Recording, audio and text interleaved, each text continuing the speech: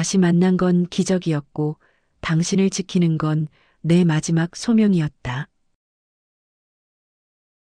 오후 4시의 볕은 늙은 육신에게 유독 잔인하다. 돋보기를 타고 내려온 빗줄기가 주름진 눈가를 따갑게 찌르면 명호는 습관적으로 눈을 가늘게 뜨며 오래된 찻잔의 온기를 더듬었다. 사랑은 청춘의 전유물이라고 떠드는 세상의 오만이 가소로워지는 순간이 있다. 76, 누군가는 인생의 마침표를 준비할 나이라고 말하지만 명호에게 삶은 여전히 매일 아침 새로 고쳐 쓰는 파란만장한 연서였다. 그리고 그 연서의 수신이는 50년 전 잃어버렸다가 기적처럼 다시 나타난 첫사랑, 정이었다. 정이는 언제나 은은한 백합 향기를 몰고 왔다. 그 향기가 문틈을 타고 들어올 때마다 명호의 심장은 박동을 잊은 채 멈췄다가 이내 엇박자로 뛰기 시작했다. 왔구려. 명호가 짐짓 무심한 척 고개를 들었다. 정희는 보라색 스카프를 정갈하게 두른 채 그를 향해 희미하게 웃어 보였다. 그 미소 하나에 명호의 시간은 1974년의 어느 여름날로 곤두박질 쳤다. 그때의 정희는 수줍음 많은 여대생이었고 명호는 세상을 다 가질 것 같던 혈기 왕성한 청년이었다. 오늘도 이 자리에 앉아 계셨네요. 정희의 목소리는 세월의 풍파를 견뎌낸 고목처럼 단단하면서도 부드러웠다. 그녀가 맞은편 의자에 앉자 공기 중에 부유하던 먼지들조차 그녀의 권위에 압도된 듯 차분히 내려앉았다. 명호는 찻잔을 내려놓으며 손가락 끝에 떨림을 감추기 위해 무릎 위를 꽉 쥐었다. 70대의 사랑은 뜨겁게 타오르는 불꽃이라기보다는 제 밑에서 은근히 숨쉬는 불씨에 가깝다. 겉으로는 고요해 보여도 속은 타들어가는 법이다. 우리는 너무 늦게 만난 걸까? 아니면 이제야 만날 수 있게 된 걸까? 명호는 속으로 몇 번이고 되뇌었다. 두 사람 사이에는 이미 각자의 가정이 있었고 사별이라는 공통된 아픔이 훈장처럼 가슴에 박혀 있었다. 자식들은 이제 다 커서 제 앞가림을 하고 세상은 그들에게 편안한 여생만을 강요한다. 하지만 심장이 아직 뛰고 있는데 어떻게 편안하기만 할 수 있겠는가. 정희 씨, 가끔 생각하오. 우리가 그때 헤어지지 않았다면 지금 우린 어떤 모습으로 늙어 있을지 말이오. 명호의 말에 정희의 시선이 창밖에 지는 해로 향했다. 붉은 노을이 그녀의 얼굴을 물들였다. 글쎄요. 어쩌면 지겨워서 벌써 헤어졌을지도 모르죠. 하지만 명호 씨, 그거 알아요? 지금의 당신 모습도 난 참 좋아요. 주름진 손마디가 꼭 우리 아버지를 닮아서 볼 때마다 마음이 놓여요. 정희의 손이 탁자 위로 천천히 다가왔다. 명호는 숨을 멈췄다. 그녀의 손가락 끝바닥이 명호의 거친 손등바닥에 닿았다. 차가운 공기를 가르고 전해지는 온기는 전율에 가까웠다. 젊은 시절의 포옹보다 훨씬 더 깊고 절실한 신체적 접촉이었다. 우리 내일은 같이 바다에 갈까요? 정희의 제안은 폭탄처럼 명호의 가슴에 떨어졌다. 바다라니 이 나이에? 나이는 숫자에 불과하다고 누가 그러던걸요. 우리에게 남은 시간이 얼마나 될지 모르지만 적어도 파도 소리는 같이 들어야 억울하지 않을 것 같아서요. 그날 밤 명호는 잠을 이룰 수 없었다. 낡은 장롱 깊숙이 넣어두었던 양복을 꺼내 먼지를 털고 구두를 닦았다. 거울 속에는 백발이 성성한 노인이 서 있었지만 거울 너머의 영호는 소년처럼 들떠 있었다. 사랑은 사람을 치졸하게 만들기도 하고 고결하게 만들기도 한다.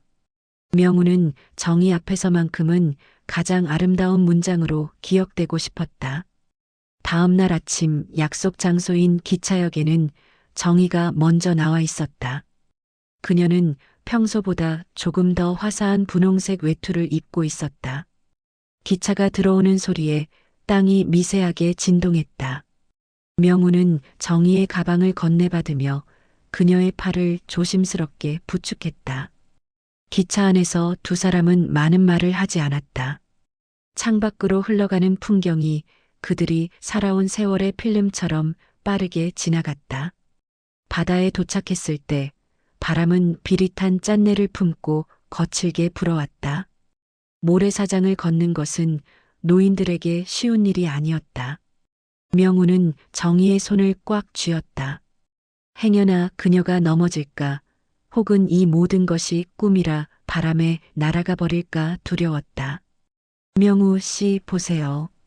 파도가 꼭 우리를 부르는 것 같아요.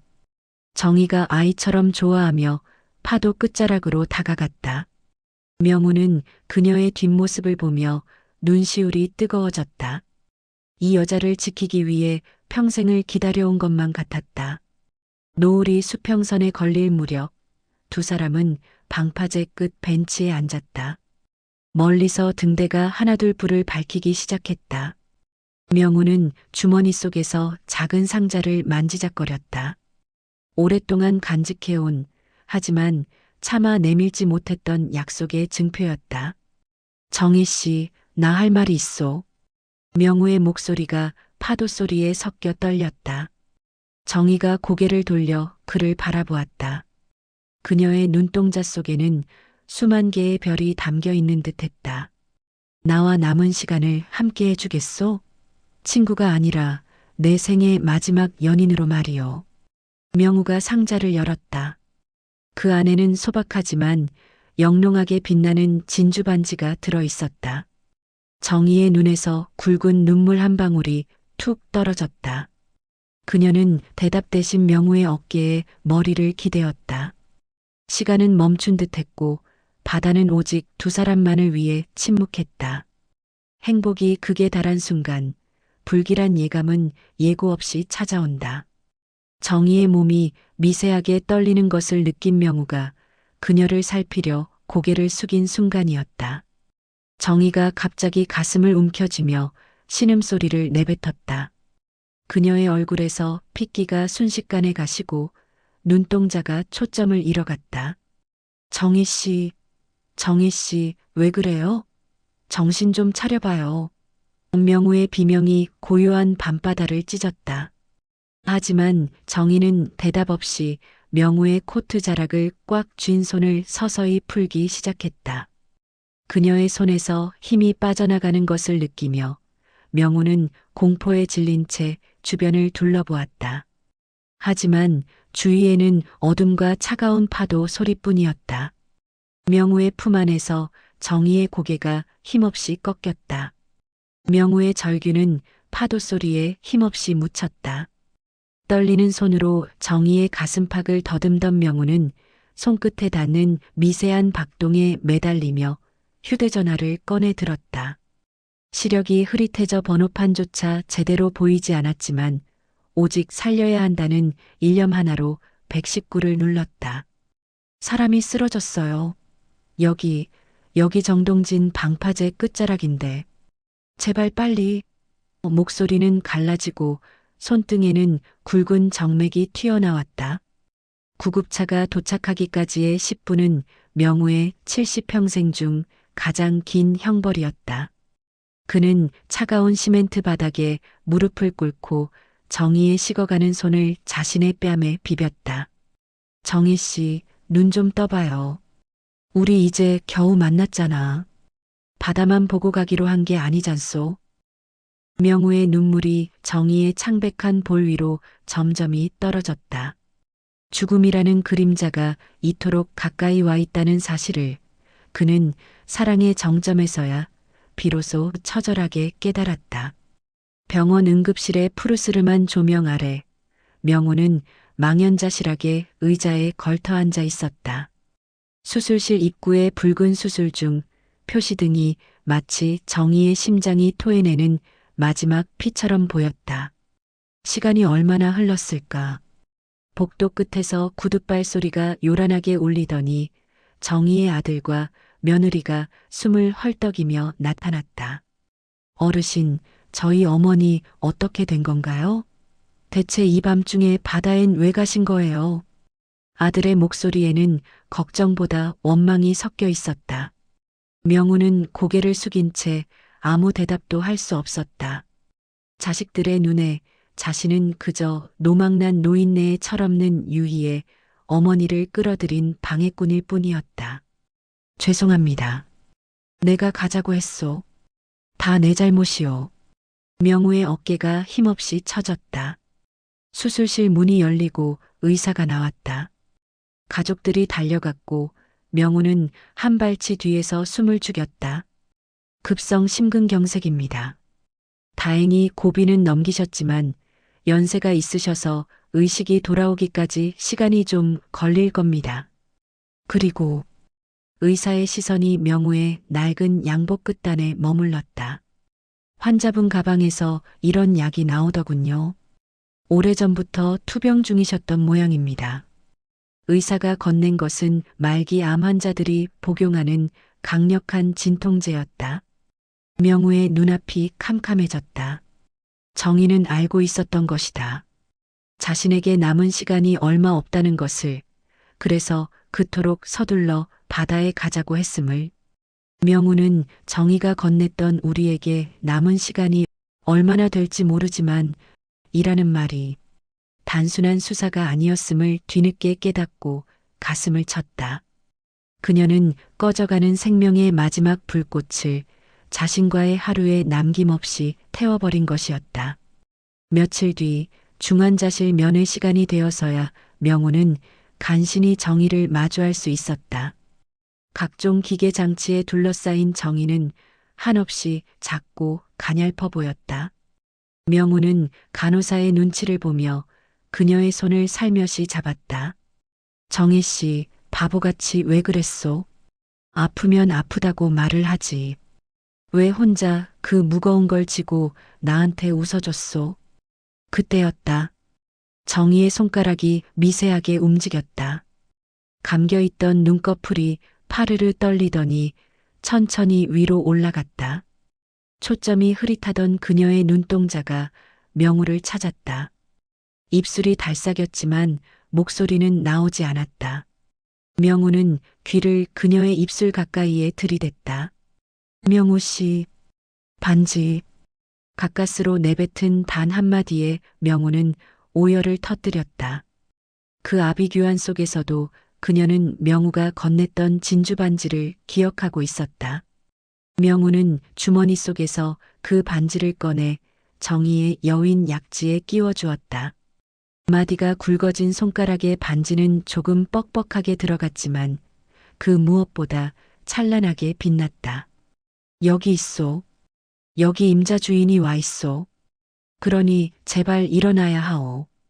우리 아직 못 가본 곳이 많지 않소. 정희는 희미하게 미소 지었다. 그것은 작별의 인사가 아니라 삶에 대한 마지막 의지처럼 보였다. 하지만 평화로운 순간은 길지 않았다. 면회실 밖에서 정희 아들의 고함 소리가 들려왔다. 어머니 유언장 수정됐다는 게 무슨 소리예요? 그 노인네한테 재산 일부를 넘기겠다고요? 변호사님, 이게 말이 됩니까? 명우의 손이 덜덜 떨렸다. 정희가 자신에게 남기려 했던 것은 사랑만이 아니었다. 그녀는 자신의 사후에 혼자 남겨질 명우의 초라한 노년을 걱정해 몰래 준비를 해두었던 것이다. 돈 때문이 아니었다. 그것은 정희가 명우에게 줄 수 있는 가장 현실적이고도 처절한 배려였다. 명우는 병실 밖에서 들려오는 천박한 유산, 싸움의 소음과 침대 위에서 가쁜 숨을 몰아쉬는 정희 사이에서 고통스럽게 고뇌했다. 자신이 곁에 있는 것이 정희를 돕는 일일까? 아니면 그녀의 마지막을 더럽히는 일일까? 그때 정희의 심박 측정기 그래프가 요동치기 시작했다. B-하는 날카로운 경고음이 병실 안을 가득 채웠다. 간호사들이 들이닥쳤고 명우는 밖으로 밀려났다. 아수라장이 된 복도 끝에서 명우는 정희의 아들과 눈이 마주쳤다. 아들의 눈에는 살기등등한 적개심이 서려 있었다. 당신 당장 여기서 나가. 우리 엄마 죽는 꼴 보고 싶어 환장했어? 경찰 부르기 전에 꺼지라고. 명우는 뒷걸음질 치다 병원 비상구 문을 밀고 나갔다. 쏟아지는 눈물 때문에 앞이 보이지 않았다. 터벅터벅 빗속을 걷던 명우의 발길이 멈춘 곳은 어느 낡은 공중전화 부스 앞이었다. 그는 품 안에서 꾸깃꾸깃한 종이 한 장을 꺼냈다. 30년 전 정희와 헤어질 수밖에 없게 만들었던 그 사건의 배우가 적힌 누군가의 연락처였다. 명우는 떨리는 손으로 동전을 넣고 번호를 눌렀다. 신호음이 몇 번 울리고 상대방이 전화를 받았다. 나 명우요. 30년 전 약속 기억하고 있나? 이제 그 대가를 치러야겠어. 전화기 너머로 들려오는 침묵 속에서 명우의 눈빛이 전례 없이 차갑게 가라앉았다. 사랑을 지키기 위해 평생을 인내해온 노인의 마지막 반격이 시작되려 하고 있었다. 내 아들이 당신 아들이 아니라는 걸 이제야 말할 용기가 생기는구려. 수화기 너머의 침묵은 끈적거리는 타르처럼 무거웠다. 30년 전 명우의 앞길을 막아 세우며 정의와의 이별을 종용했던 사내. 지금은 굴지의 기업 총수가 된 조 회장의 거친 숨소리가 송수신기 너머로 전해졌다. 명우는 빗물에 젖어 차가워진 공중전화 부스의 유리를 이마로 짚었다. 사랑을 지키기 위해 비겁하게 도망쳤던 세월이 파노라마처럼 스쳐 지나갔다. 명우, 자네 지금 제정신인가? 그 입 함부로 놀리면 자네 목숨줄 하나 끊는 건 일도 아니야. 조 회장의 목소리는 낮고 위협적이었으나 그 안에는 분명한 균열이 있었다. 죽음이 두려웠다면 정희 씨 곁에 나타나지도 않았을 거요. 하지만 내 자식이 당신 손에서 괴물로 자라는 꼴은 더는 못 보겠군. 명우는 병원 복도에서 자신을 몰아세우던 정희의 아들, 아니 자신의 친아들일지도 모르는 그 청년의 얼굴을 떠올렸다.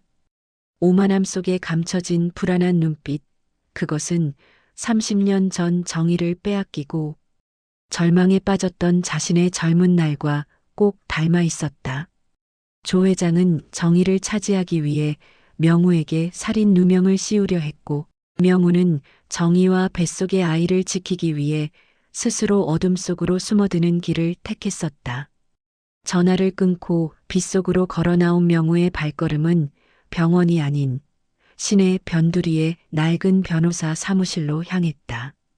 그곳에는 명우의 오랜 버시자, 이 모든 비밀의 열쇠를 쥐고 있는 강 변호사가 기다리고 있었다. 결국 판도라의 상자를 열기로 한 건가? 강 변호사가 돋보기 안경 너머로 명우를 바라보며 물었다. 정희 씨가 죽어가고 있네. 그 여자가 지키려 했던 게 고작 저런 탐욕스러운 아들이라면 난 진실을 밝혀서라도 그 여자의 영혼을 자유롭게 해주고 싶어. 명우는 강 변호사가 내민 누렇게 바랜 서류 뭉치를 손에 쥐었다. 30년 전의 유전자 검사 결과지와 조 회장의 비리가 담긴 장부였다. 명우가 평생을 부두 노동자로 이름 없는 노인으로 살아가며 버텨온 유일한 무기였다. 이 종이 몇 장이면 조 회장의 가문은 무너질 것이고 정희의 아들은 출생의 비밀이라는 거대한 해일에 휩쓸릴 것이다. 다시 병원으로 돌아온 명우는 중환자실 유리창 너머로 정희를 바라보았다. 산소호흡기의 의지에 가쁜 숨을 몰아쉬는 그녀의 약지에서 진주반지가 희미하게 빛나고 있었다. 그때 정희의 아들이 명우의 앞을 가로막았다. 그의 손에는 정희의 유언장이 들려 있었다. 당신 대체 우리 엄마한테 무슨 짓을 한 거야? 이 유언장 당신이 협박해서 쓴 거지? 당장 취소해. 안 그러면 가만두지 않겠어. 아들의 고함에 병원 복도에 시선이 쏠렸다. 명우는 떨리는 손으로 아들의 어깨를 잡으려 했다. 진정하게. 자네가 알아야 할 게 있네. 이건 돈 문제가 아니야. 내 몸에 손대지 마. 더러운 노인네 같으니라고. 아들이 명우의 손을 거칠게 뿌리쳤다. 그 충격에 명우가 바닥으로 고꾸라졌다. 품 안에서 비밀스러운 서류 봉투가 튀어나와 바닥에 흩어졌다. 아들이 비웃으며 그 서류 중 하나를 집어들었다. 유전자 검사 결과지였다. 서류를 훑어 내려가던 아들의 눈동자가 지진이라도 난 듯 격렬하게 흔들리기 시작했다. 이게 뭐야? 이게 왜 당신 이름 옆에 내 이름이? 그 순간 중환자실 안에서 요란한 경고음이 울려 퍼졌다. 정희의 심장 박동 그래프가 직선으로 변하며 기계적인 소음만을 뱉어냈다. 간호사들이 급히 뛰어들어갔고 의사의 급박한 외침이 들려왔다. 환자분 어레스트 심정지입니다. 제세동기 준비하세요. 명우는 바닥에 주저앉은 채 얼어붙은 아들을 뒤로하고 유리창에 매달렸다. 정희 씨, 안 돼. 아직 진실을 말하지 못했단 말이오. 정희 씨. 전기 충격기가 정희의 가슴 위에서 튀어올랐다. 그녀의 몸이 허공으로 솟구쳤다 바닥으로 떨어지기를 반복했다. 명우의 시야가 눈물로 흐려지는 찰나 정희의 감긴 눈동자에서 눈물 한 줄기가 뺨을 타고 흘러내렸다. 그리고 거짓말처럼 멈췄던 심장 박동기가 다시 요동치기 시작했다. 하지만 그것은 회복의 신호가 아니었다. 기계는 평소보다 2배나 빠른 속도로 기괴한 소음을 내며 폭주하기 시작했고 병실 안의 모든 조명이 일제히 깜빡거리며 꺼져버렸다. 암흑 속에서 오직 정의의 약지에 끼워진 진주반지만이 기이한 푸른 빛을 내뿜고 있었다. 비상용 자가 발전기가 돌아가기까지의 짧은 5초, 병실은 무덤 같은 정적에 휩싸였다. 명우는 어둠 속에서 오직 정의의 가쁜 숨소리만을 나침반 삼아 그녀의 곁으로 다가갔다. 다시 조명이 깜빡이며 들어왔을 때 명우는 경악하며 뒷걸음질 쳤다. 정의의 초점 없는 눈이 허공을 향해 열려 있었고 그녀의 입술은 무언가 주문을 외우듯 가늘게 떨리고 있었다. 명우 씨, 도망쳐요. 그 사람이 오고 있어요. 정의의 목소리는 평소의 부드러움을 잃은 채 쇠를 긁는 듯한 기괴한 울림을 담고 있었다. 명우는 본능적으로 뒤를 돌아보았다. 병실 문 앞에 서 있던 아들은 바닥에 떨어진 유전자 검사 서류를 손에 쥔 채 석상처럼 굳어 있었다. 하지만 아들의 시선은 아버지가 된 명우가 아니라 병도동 복도 끝, 어둠 속에서 천천히 걸어오는 검은 그림자를 향해 있었다. 복도에는 소독약 냄새 대신 서늘한 냉기가 감돌았다. 구둣발 소리 하나 내지 않고 다가온 남자는 검은 코트깃을 세운 조 회장이었다. 30년 전의 탐욕스러운 눈빛은 세월의 덮개를 입어 더욱 음산하게 번들거리고 있었다. 조 회장은 아들을 밀치고 병실 안으로 성큼 들어섰다. 결국 죽음을 앞두고서야 입을 열었군, 명우. 자네가 간직한 그 비밀이 내 가문을 무너뜨릴 거라 믿었나? 조 회장의 웃음소리가 기계의 비프음과 섞여 불쾌하게 울렸다. 조승택, 당신이 여길 어떻게 해? 명우는 정의의 앞을 가로막아 섰다. 늙고 쇠약한 몸이었지만 사랑하는 여인을 지키고자 하는 의지는 팽팽한 활시위처럼 당겨져 있었다. 이 아이는 내 아들로 자랐고 내 제국을 물려받을 후계자다. 출생의 비밀 따위 돈이면 흔적도 없이 지울 수 있지. 하지만 자네와 정의는 살아있는 증거야. 죽어서도 사라지지 않을 악몽이지. 조 회장의 손바닥 안에서 은밀한 금속성 물체가 빛났다. 소음기가 장착된 작은 권총이었다. 병원은 순식간에 사냥터로 변했다. 명우는 정의의 손을 꽉 쥐었다. 미안하오, 정희 씨. 이번 생에서도 당신을 평온하게 보내주지 못하는구려. 정희는 대답 대신 명우의 손등을 손톱이 박히도록 세게 움켜쥐었다. 그녀의 눈에 서린 눈물이 뺨을 타고 흘러 귀 밑으로 스며들었다. 그때 병실 밖에서 멍하게 서 있던 아들이 비명을 지르며 조 회장에게 달려들었다. 그만해. 당신이 진짜 내 아버지라면 우리 엄마를 이렇게 만들 순 없어. 아들의 몸부림에 조 회장의 자세가 흐트러졌고 총이 바닥에 떨어졌다. 두 사람이 몸싸움을 하며 병실 안이 아수라장이 되었다. 명우는 정희를 휠체어로 옮기기 위해 생명유지 장치의 선들을 하나둘 뽑아내기 시작했다. 기계가 날카로운 경고음을 내뱉으며 정희의 죽음을 예고했지만 명우는 멈추지 않았다. 여기서 죽느니 차라리 그녀가 그토록 원했던 바다로 돌아가는 것이 낫다고 생각했다. 가요, 정희 씨. 우리 둘만의 끝으로. 명우는 정희를 품에 안듯 휠체어에 태우고 비상구를 향해 달렸다. 뒤에서 조 회장의 고함과 아들의 오열이 뒤섞여 들려왔지만 고개를 돌리지 않았다. 비를 뚫고 병원 주차장에 세워진 낡은 트럭에 정희를 태웠을 때 그녀의 맥박은 이미 실처럼 가늘어져 있었다. 트럭은 빗길을 가르며 다시 정동진을 향해 달렸다. 100미러 너머로 검은 승용차 몇 대가 짐승처럼 따라붙고 있었다. 명우는 가속 페달을 끝까지 밟았다. 엔진이 비명을 질렀고 노인의 눈에는 핏발이 섰다. 새벽 공기를 머금은 바다는 어제보다 더 거칠게 포효하고 있었다. 절벽 끝 등대가 비추는 빗줄기만이 유일한 이정표였다. 명우는 차를 멈추고 정희를 다시 업었다. 그녀의 몸은 솜털처럼 가벼웠다. 절벽 끝에 서자 뒤쫓아온 차들이 헤드라이트를 밝히며 그들을 포위했다. 더는 갈 곳이 없다, 명우. 그 여자를 내려놓고 서류를 넘겨. 조 회장이 차에서 내리며 소리쳤다. 명우는 뒤를 돌아보며 슬프게 웃었다. 그의 품 안에서 정희가 간신히 눈을 떴다. 그녀는 떨리는 손으로 명우의 뺨을 만졌다. 명우 씨, 따뜻해요. 그것이 그녀의 마지막 유언이었다. 정희의 손이 힘없이 떨어지며 명우의 코트 자락을 스쳤다. 명우는 정희의 이마에 마지막 입맞춤을 남기고 그녀를 품에 더욱 꽉 안았다.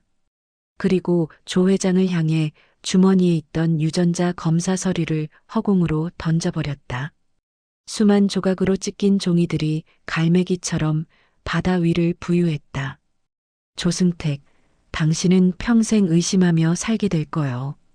당신이 죽인 것이 당신의 핏줄인지 아니면 당신의 유일한 적수였는지. 명우가 절벽 끝에서 한 발자국을 더 내디뎠다.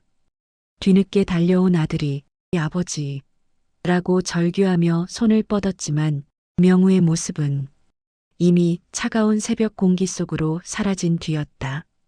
수면 위로 거대한 물보라가 일었다. 하지만 경찰이 바다를 수색했을 때 그 어디에서도 두 사람의 시신은 발견되지 않았다. 오직 파도에 밀려온 낡은 신사와 한 짝과 주인을 잃은 진주 반지 하나가 모래사장에서 발견되었을 뿐이다. 그로부터 1년 뒤 정동진의 어느 작은 어촌 마을. 백발이 성성한 한 노인이 휠체어를 밀며 해변을 산책하는 모습이 목격되었다. 휠체어에 앉은 여인은 고운 보라색 스카프를 두르고 있었고 그녀의 약지에는 모조품이지만 반짝이는 반지가 끼워져 있었다. 그들이 누구인지 묻는 이들에게 노인은 그저 인자하게 웃으며 대답했다. 우린 그저 긴 여행을 마치고 이제 막 집에 돌아온 사람들입니다. 두 사람의 뒷모습 위로 황금빛 노을이 내리앉았다. 생의 끝에서 완성된 위대한 사랑, 그러나 멈추지 않는 운명의 장난이 긴 여운을 남깁니다. 두 사람의 평화는 과연 진정한 종착역일까요? 긴 시간 함께 해주셔서 깊은 감사를 드립니다. 오늘 사연이 마음에 닿으셨다면 구독과 좋아요로 응원 부탁드립니다. 저는 다음 시간에도 가슴 따뜻해지는 이야기로 다시 찾아뵙겠습니다. 오늘도 평안한 밤 되세요.